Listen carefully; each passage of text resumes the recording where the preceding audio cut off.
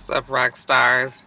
Long time no see. Y'all, I'm trying to keep my stress level real low because it is my children's birthday next week, both of them. Their birthdays are 3 days apart. Jada's on the 26th and Joe is on the 29th. And what that really means is it is an all-out production for Jada's birthday. She's going to be 16, which is a big birthday. Joe's going to be 18, which is a big birthday. And yeah, I got a whole lot, which is always what the case is every year for Jada's birthday, to do. It's a production. It's an experience. It's a dramatization, you guys. So, yeah, I'm trying to keep it together. That's why I decided to do these videos today. I'm running Jada around and trying to get her prepared. Hair done, nails done, everything did. Y'all know how that goes. So, while she's getting her hair done, I am doing this video. How's that for multitasking? So, I'm going to try to keep it level.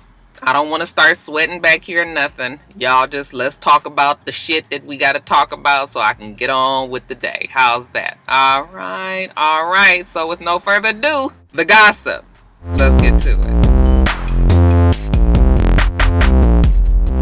All right, you guys, before we actually get to the gossip, let's talk about the terrorist attack that happened outside of the British Parliament in London yesterday. 4 people were killed. Evidently, there was a man who drove up on the sidewalk across the Westminster Bridge and plowed down over 30 people. And then once he got past the bridge, he jumped out the car, ran up to a police officer and stabbed him, and that was when he was shot and killed. He is included in the 4 people that was dead. By the time that I did this video, they did not release his name. They did know who it was, but they hadn't released his name, but I'm sure the name is out by now. I'll put it on the screen if it is. But they say that this man acted on his own. The police do believe that he is inspired by international Islamic terrorism. They say that he was born in Britain and they believe he acted completely alone. Did I say that already? I believe I did. The government supposedly had already investigated him in the past for extremist sentiments and views. So they already had their eye on this guy to begin with. And today they say that 6 homes were raided and that 8 people were also arrested in connection with this. So I don't know how you act alone, but then you arrest 8 people. So very sad. It's getting to the point where you cannot be safe really anywhere. People are starting to do acts of violence all over the place. At first, you could kind of pinpoint where these places would be, but now it's just pretty much anywhere. A bridge, I'm sure nobody thought that anything there would be unsafe. For those Londoner rock stars, actually, this is probably going to air before you guys, after you guys, after this happens, because the time is, there's a 6-hour time difference, I believe. But there was a vigil this evening at Trafalgar Square, am I saying that right? To show solidarity with the victims, with the families, and to let the community and London and the world know as a whole that these type of acts of violence will not be tolerated, that you guys will not scare and defeat the beauty of London, and that people will continue to live their lives every day and not live in fear. So we're praying for all of London. I do have a lot of rock stars out that way. So yes, our prayers are there for all people that were affected in this attack. Okay, either directly or indirectly. Hopefully the person that is responsible, or the persons that are responsible for this, will be brought to justice.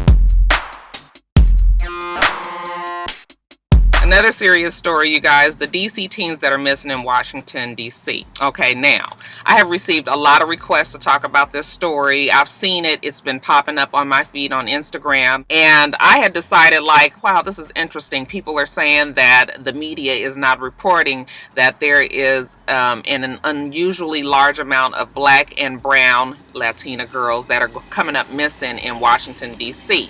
So I decided to try to research the story, and this is what I came up with. Evidently, the Washington, D.C. Police Department had posted on Twitter a tweet saying that there were 10 girls that were missing and they were considered critical cases. That tweet was taken by someone on Twitter who has a pretty large following and retweeted along with the expression that, you know, nobody is saying anything about these girls that are missing. And the tweet then went viral. You guys know what happens when things go viral. The story gets picked up, it picks up steam, and sometimes along the way it picks up a little extra story too. So in this case, they are saying that there's this huge number of girls in Washington, D.C. that have come up missing and nobody is watching. What the mayor has finally come out and commented and said that there hasn't been a rise in missing teens, and actually the number has stayed pretty consistent since 2014. Okay, somewhere in between 450 and 500 teens were reported missing this year in Washington, D.C.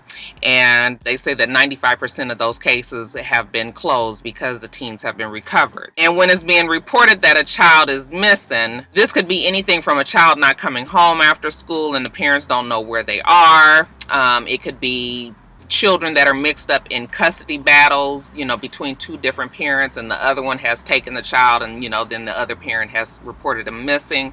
It also includes runaways. And then now, because of the recent increase in human trafficking here in the United States, that is the next concern that we must worry about. And I believe that that was what everybody was saying happened in this case, possibly to those 10 Latina girls, actually 10 Black and Latina girls. Actually, I believe the number is a little bit bigger from what I've seen. So the story to me sounds like, yes, there are children that are missing every year, Black and Latina, even though they don't have the numbers of how many in those numbers. You know, when I said the 450 to 500, they don't have the race of, you know, who's Black and who's white, but they do say that Black and Latina girls are usually more at risk of becoming missing because they live sometimes in circumstances where they may run away. But we cannot ignore that sex trafficking and human trafficking is big right now, and I don't see any problem with bringing more light to the fact that these girls are missing, because, you know, when you hear that a white child, I hate to bring race into this, but whenever you hear about a white child, a white woman especially, missing, it's all over the news. When you hear about a Black girl or a Latina girl missing, well, you don't hear about it because it's not on the news, because it's not considered big news. So, if anything, even if this story is not necessarily the most accurate, it will bring more light to the situation, which is that when our Black girls and brown girls go missing, then the same amount of hoopla and fanfare needs to be surrounding their cases, as well as when our Caucasian sisters are missing. And maybe indirectly this will bring some light to those girls that are missing. And I'm just reporting to you guys what the story is in the news, because I know some people are going to get into my comments and be like, Roxanne, that's not right. It's 250 Black girls and brown girls, and they brought the number down for this article, you know, so they can throw people off. I'm just reporting what they said in the blog. Just reporting it. I'm not telling you guys that, okay? If you know anything more about these cases, though, feel free to leave it down below. Alright, you guys, so we saw a post the other day that your boy Matt, if you don't know who Matt is Kenya's ex-boyfriend, okay, the dog watcher.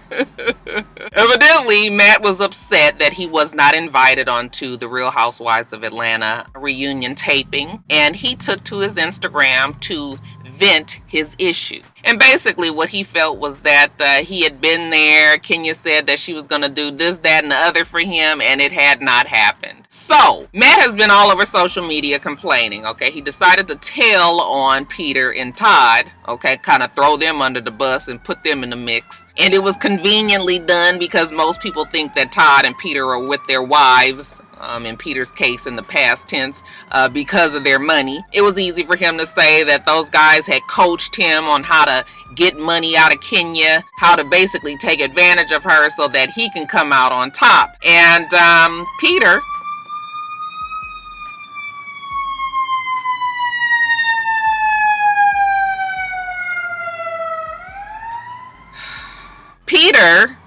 came out because, you know, Peter has never one to hold his tongue and said, listen, yes, we talked to you about our salaries that we get from our wives because we are a part of our wives' storyline, but neither Todd nor I told you to take advantage of Kenya. We are not around you when you are around Kenya, whether you are fighting or fucking. So we don't understand why you would throw our names in the mix. Okay, I think Peter called Matt soft and was just like, yeah, some bullshit that you would say that. Why he say that? That damn Matt got back on and said, look, I'm broke and I'm crazy. Motherfucker ain't got no money. I don't have nothing to lose. At least I have way less to lose than you do. So I would step gingerly. I don't know what that meant. I guess he meant that he would fuck him up or he would do something. I don't know, child.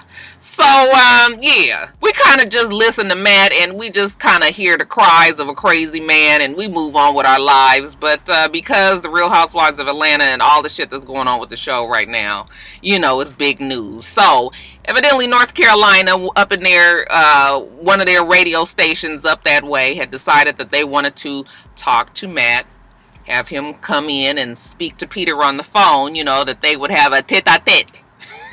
Love saying that. So Matt goes up to North Carolina and he goes to the radio station and then they decide, you know what, let's do this face to face. And they both agree that they would meet at Peter's restaurant. Well, they're saying that once Matt got to the restaurant, the meeting was already tense. There was some contention there. They say they were both already aggravated from the start, so it never really started off well. They also say that while, you know, Matt is trying to talk to the radio person and to Peter, I guess Matt hadn't seen the specific glint of a fucking knife in Peter's hand. I said, you guys know them damn Jamaicans, they machete game is vicious. So, I guess that Peter was like, you gonna slice a motherfucker up today if he have to. And I guess Matt felt threatened by this fact, so he decided to, quote unquote, wrestle Peter down to the ground and take the knife from him. That's the story that we got. I think I read that on the Jasmine brand the other day.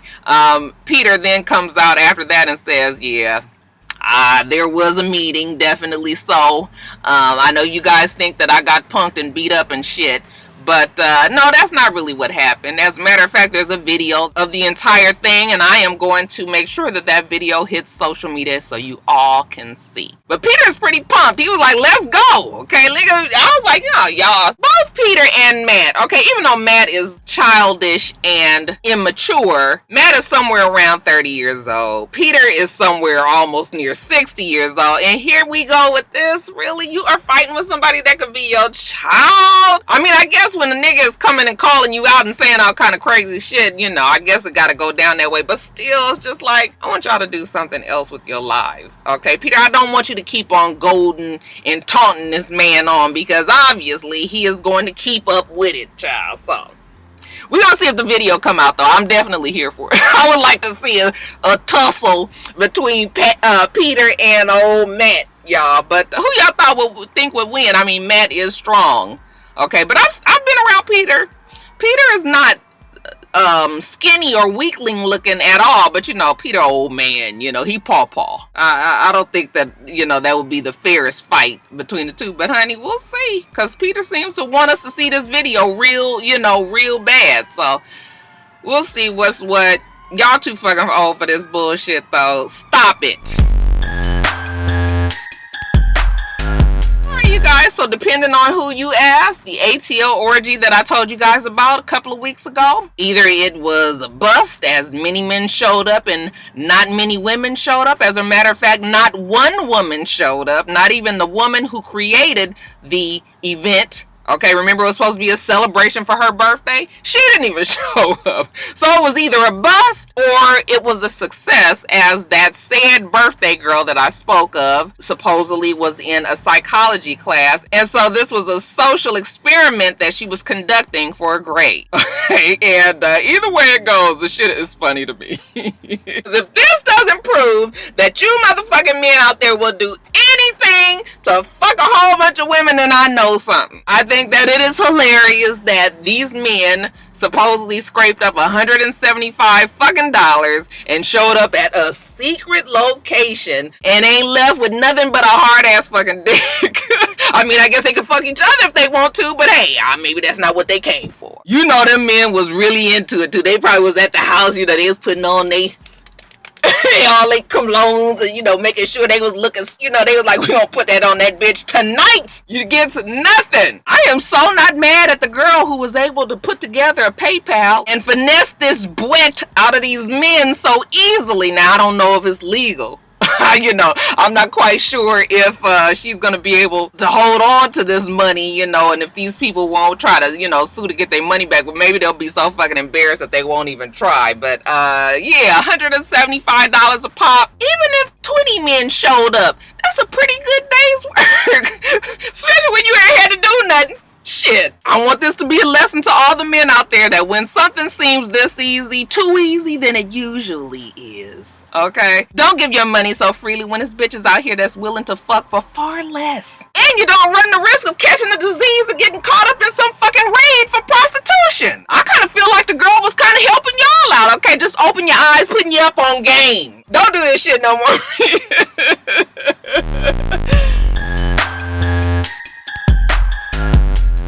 Mike Epps' wife, Michelle, we know of her. She's the long-suffering wife that he's been with for a long-ass time. She has filed for divorce. We already knew that. Now they say that Michelle has made her list of demands. And in that list of demands, she is asking for $109,000 a month. $109,000 a month. $109,000. I was just like, I blame that motherfucker Ken do. These motherfuckers is coming for your neck and your pocket. You have got to protect yourself. Now, they say that Mike Epps, she said that he did not want her to work ever while they were together. You know, that he was able to take care of her and the family. And so now she's 36 years old and she is too old to work. She says she is accustomed to a certain lifestyle. They have 2 daughters together, 10 and 12, you know, that she still has to feed. She still has to clothe them. She still has to make sure they get their hair braided at this expensive hair salon. Of course, they also have to have their vacations and their schooling and all of that. She also has to pay her mother, who is the nanny for her girls, you know, so that's about $3,500. And then she said somewhere around $600 for the mother's Mercedes. So I guess that's the car note. And I was like, okay, Michelle, girl, that's about, I'm gonna give you about $30,000 a month. Okay, I'm being generous. $30,000. Where the other 60, 70, 75, 78 G's, you know, coming from? But I am not mad, okay, because we know that Michelle has been through the ringer with Mike Epps. Okay, he has very publicly been caught in a couple of cheating scams. Nothing kind of came of it because, you know, Mike Epps, he's very much you know, street, we'll just say. And I would be afraid of Mike Epps. He seems to have a crew of people around him that gets the job done. So all of those stories that we would hear about him fucking around with these different women, they would mysteriously disappear. And it always had been surrounding, you know, that one of his bodyguards had to go talk to the bitch because she was trying to make a scene in front of Mike Epps and his wife. Okay, so I'm wondering if she's gonna get $109,000. I mean, she might. These fucking separation and divorce settlements, they just get bigger and bigger and bigger. Remember when we was celebrating when fucking Kevin Hart's wife got $30,000? These motherfuckers is getting $109 goddamn $1,000 a month now? Damn. Now they say that Mike Epps makes somewhere between $3 and $4 million a year. $109,000 a month is somewhere almost close to $2 million. So she's trying to get somewhere around half. I said, girl, I hope you get it, but I'm nervous for Michelle. Okay, that child might come up missing. You know, Michael, he didn't get some of his homeboys down in St. Louis or Detroit or somewhere to just come take care of her. Yeah, we're gonna see if she comes out. She is going to get something. She's definitely going to get a good amount. We'll keep our ear to the street and I'll let you know what the settlement is. So the Club One Oak out in Los Angeles. There's one in New York, I believe, as well. But the one in Los Angeles, the promoter from that club had been having a conversation with a girl from Bad Girls Club. And so she was going to be visiting the club, and the promoter told her, you know, make sure you bring some hot girls, specifically no black girls. And she was so disgusted by this because they were doing this through text that she posted the text message on her Instagram, said how disgusting it was that they treated their people this way.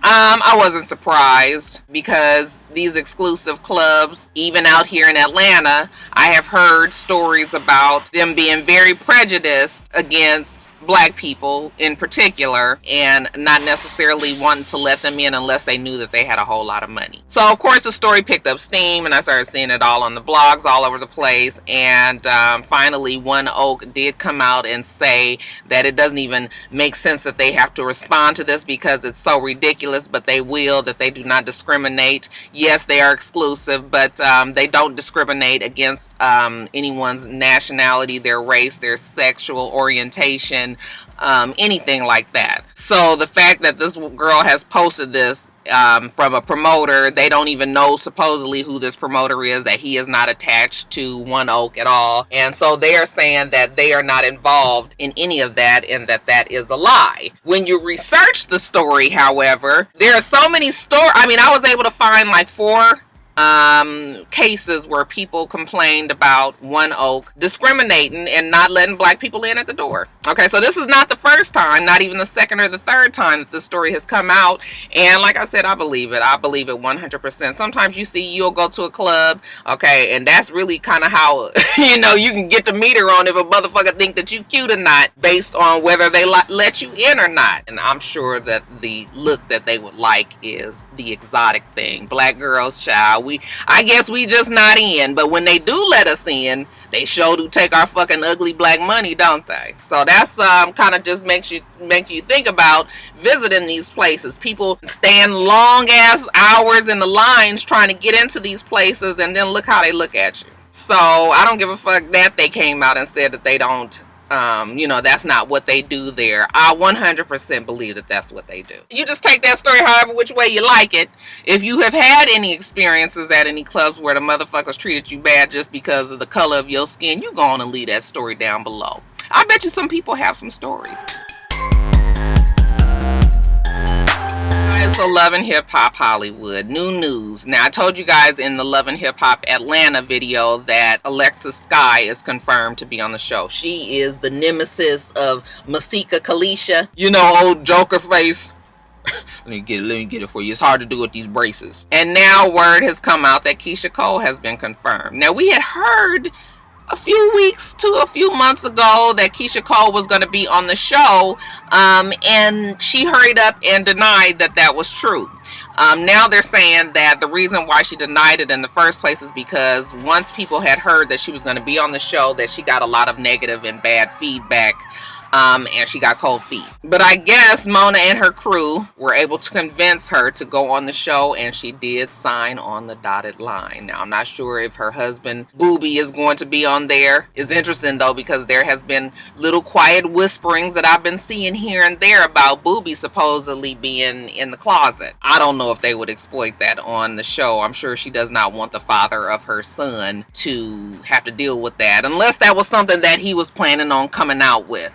And of course, it's still just hearsay, just a couple of videos and pictures, but nothing clear enough to definitively say that that was him. But yeah, I'm not sure if her husband will be on the show, or her ex-husband, I should say, will be on the show. Also, don't know if any of her family, but I hope her family won't be on there. This needs to just be a Keisha Cole thing. Her family is a whole lot of extra baggage, and a lot of the reason why a lot of people don't like Keisha Cole to this day. Keisha Cole is one whole big fucking package. Alright, so let her try to do this on her own. We did see that Neffy is going to be on Iyanla Fix Her Life. Was it already on? Y'all know I don't fuck with Iyanla, because Iyanla ain't fixed her motherfucking life yet. And now that she's gotten into this, it was different when she was talking to people who actually had problems that we didn't know, but now she seems to be on this kind of reality show kick where we know that these people have super deep problems and nothing that can be fixed in even a week or two, that she sits down with these people. And to me, it feels like Iyanla has just become more exploitive instead of really helping these people. But that's just my view. I know people still love Iyanla. Okay, did y'all see y'all saw the damn preview of the show when she called Neffy a vile gutter snipe? Like, Iyanla, is that how you feeling right now? The fuck is a gutter snipe? Thank God Tamika was able to pull it up. Let me see what it said, y'all. Tamika, y'all follow her. She got a chance, a YouTube channel. It's called A Skinny Girl in a VSG Body or something like that. I can't remember what it's called, y'all. I'll put it on the screen here. But let me read the definition of it to you, because I was like, nigga, not a gutter snipe. Now I thought a gutter snipe, don't that sound like a snake to you? Because gutter and then snipe just kind of reminded, you know, just some sort of just make you think of a snake. But no, that's not what it is. An actual gutter snipe is a scruffy and badly behaved child who spends most of their time on the street. Okay, shout out to Tamika for giving us that that crown jewel. And y'all, Neffy do have her issue with her, but you know, like I said, it's way more, because you have to have gone back to when that show very first started, you know, Keisha Cole's My Life or whatever it was called, and just kind of think about all the shit that they had been through, and then bring her up to today. There's some deep-seated issues, so that's why I don't fuck with Iyanla. But I don't know how this shit about Love and Hip Hop became about Iyanla. What I will say is, I guess I'll look forward to seeing Keisha Cole. You know, she don't really have much personality. She kind of like a wet paper towel. So maybe this show will bring out something else in Keisha that we haven't seen thus far. I'm guessing that maybe she might need the money a little bit, considering that she hasn't really had a hit in a long time. I know she either had an album that just came out or one that's coming out soon. So I mean, I'm here for it. I mean, why not, child? I mean, all the other shit that's going on, might as well get your little check if you can. So this story about Karl Kani. Karl Kani was big in fashion in the 1990s, okay? I had absolutely no idea that Karl Kani was still doing... Well, you know what? That's not true. I remember that Karl Kani had made a showing, his product had made a showing on Love and Hip Hop Hollywood when Fizz had his hat on before. Remember when I was talking about it before? That was when you guys told me that Karl Kani is now coming out with like a classic line, a throwback merchandise that he had back in the past. You know, they're about to re-release it, or they're doing that right now, and supposedly the shit is really expensive. I was just like, you can go right to the fucking what's the name of the damn store? The Coat Factory. What the fuck is the name of that place? Y'all know what I'm talking about, right? If you in Atlanta, right at Greenbrier, honey, they got a boatload of Karl Kani shit in there. There was an unnamed model who came out and posted, I think I saw it on the Shade Room, and she said that this case has been going on since 2016. They just now decided to close the case because they have no evidence. It's basically her word against his word. He said that it was consensual sex. She said that she was scheduled to model for Karl Kani, that she met him for lunch so that they can discuss the work that she was going to be doing, and next thing she knows, she's waking up in the bed next to Karl Kani, naked, not sure how she got there, doesn't remember taking her clothes off, and basically felt that she had been drugged and raped. So she was very upset, and because this case will not go to trial unless somebody else decides to come out and say that Karl Kani did the same thing to her, then they're closing the case. All right, so she figured that she would get him tried in the court of public opinion, I suppose, and post this information about him. And it's too bad if it's true, because we're starting to hear more and more stories about girls getting drugged and raped. Most recently, of course, is CeeLo, who did a no contest and kind of just left the whole matter behind him. But we ain't forgot. Also, the football, what was his name? Darren Sharp. Is it? Yeah, I believe Sharp or Sharper. Who is in trouble in both Los Angeles and down in Louisiana and somewhere in Texas as well for drugging and raping a number of girls. So, yeah, it's happened. And it's too bad. And these people need to be brought to justice for the things that they have done. CeeLo got off very easily. Even though the niggas seem to be going crazy now, showing up motherfucker like a goddamn gold statue or something. But we would like to see more people being brought to justice for this. It's too bad that women, if you are drinking, if you are out at a club, or, you know, if you're with someone, people automatically assume that you just drank too much and now all of a sudden you just want to say that you was raped. That's not always the case. And I feel for this girl, if it is indeed true. I hope that she is able to get some justice out of this story in some kind of way, and then to be able to move on with her life. A lot of times these things stop your whole everything. Okay, and like she said in her post that, you know, she's not modeling anymore. You know, she had a career and it's down the tubes because her life is so fucked up. So We still don't have any proof that he did it. He's not guilty until he's found. So I guess that's just kind of where the story ends. But yeah, they say that Karl Kani is out there drugging and raping people. Y'all be careful around him just in case.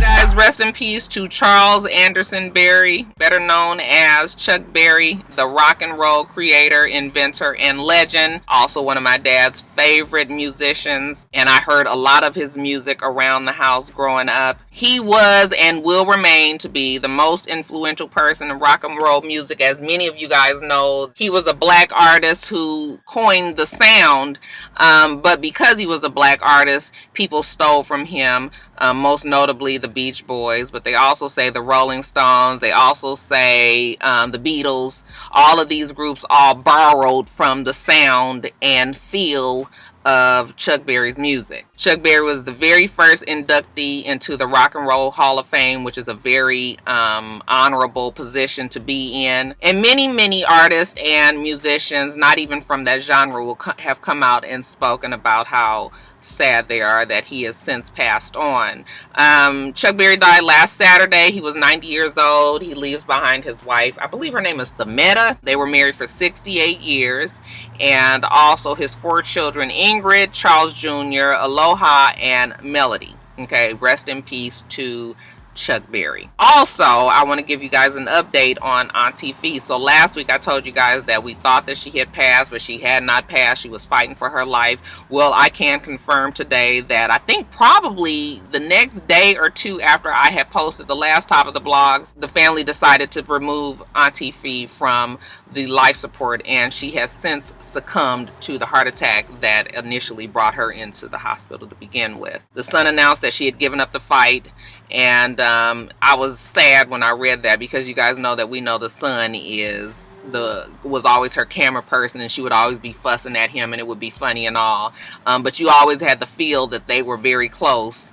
And now part of the team is dead. She was only 59 years old, which is so young to me. I mean, people are dying younger and younger. I don't believe she was married. All I could find was she leaves behind her son Travis, along with a bunch of family and friends, I'm sure, as well as fans all over the world, YouTube world specifically, where she got her start and her fame. Rest in peace, Auntie Fee.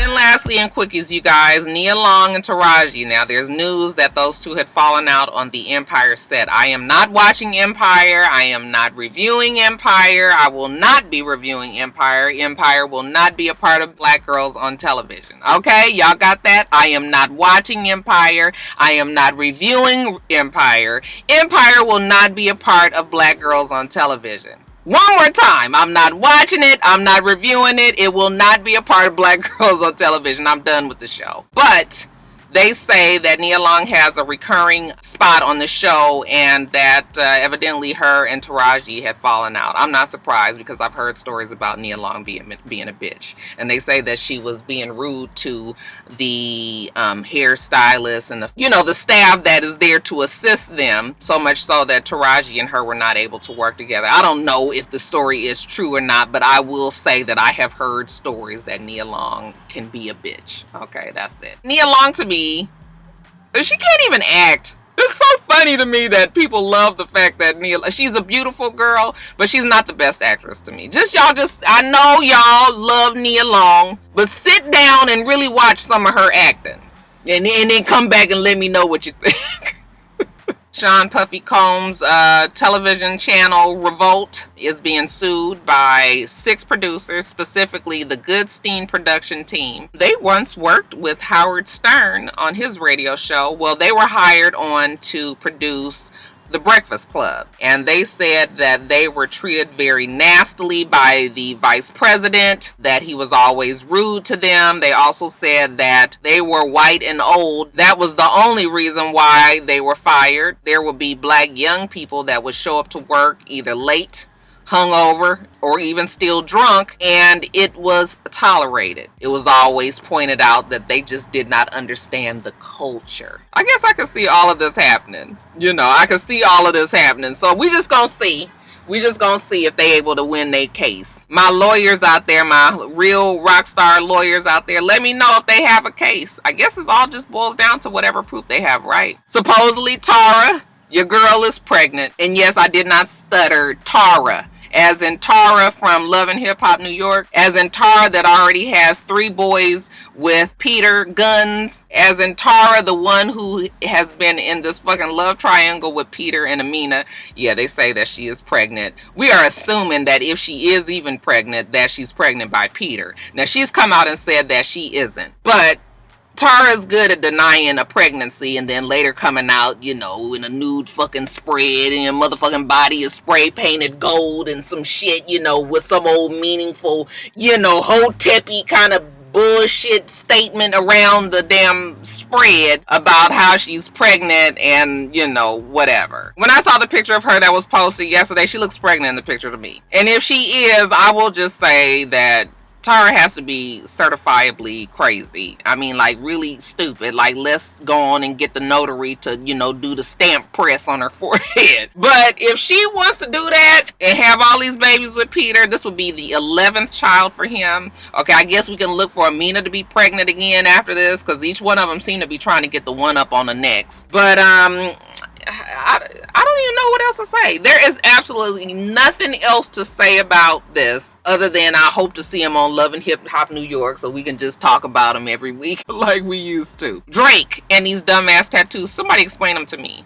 I'm sure one of my Drake fans out there will explain it to me. They just seem so fucking random. Like, what is the Drakkar bottle and, you know, this flower the kids was trying to tell me? It's more life. What the fuck does that mean? And then he's got, you know, Janet Jackson, Aaliyah, some shit, and Sade. And then the tattoos don't even be all that good. And then they're randomly placed. He looks like he got a whole bunch of fucking stickers all over his body. I don't get it. But if he likes it, I love it. There's meaning to each one of his tattoos, obviously. So, I mean, and tattoos usually are a personal experience. I just think they look stupid. That's it. Now, for many of you guys who ask me every week if OLG is open yet, well, you guys will be happy to know that the OLG opened last week with no fanfare. And when I say no fanfare, I mean Candy was just on Instagram and she was just like, we are open today. If you're in the area, come on by. And that was all it was. Now, they're saying this because it's a soft opening. It's not a grand opening. They're trying to, you know, train the crew and just kind of get used to the flow of people coming in and the cooks and the staff and all of that. So, I mean, I understand. But yeah, they say that it's open. It's a beautiful place. I want to go there one day and taste the food, and I might tell you guys what I think about it. But yeah, it's open. Not quite exactly sure where. I'm thinking somewhere downtown-ish. What's the name of the damn street? Anyway, it's open. Y'all look it up and y'all go on down there and give Candy and Todd a old look through. And then last but not least, congrats are in order to 32-year-old Naturi Naughton. You guys know her as Tasha from the show Power. She and her boyfriend, long-term boyfriend by the name of Ben, are infanticipating. That is right. The couple is expecting their first child. I don't know who Ben is. That's all the shit said was Ben. Long-term boyfriend Ben. Okay, so y'all gonna have to be happy with that. I know that Power just wrapped, and she's still small enough where I think they were able to hide it. So I'm sure they're not gonna write it into the storyline, but still good for her. 32 years old is a good age. It's a good age for a baby. Okay, you out of the bullshit of the 20s trying to get your life together. You matured and slowed down enough where you're ready for the next stage, but you're not too fucking old for these damn kids that's gonna be stressing you the hell out. That's a really good age to be having a baby. So congratulations to the happy couple. Alright, you guys, so that is it. Let me get off of here. I'm gonna go get me something to eat, and I guess I'm gonna edit this video, and then I'm gonna get Jada and we're gonna take it on back home. Alright, we do this every single week. Make sure that you rate, comment, and subscribe, and make sure you come back.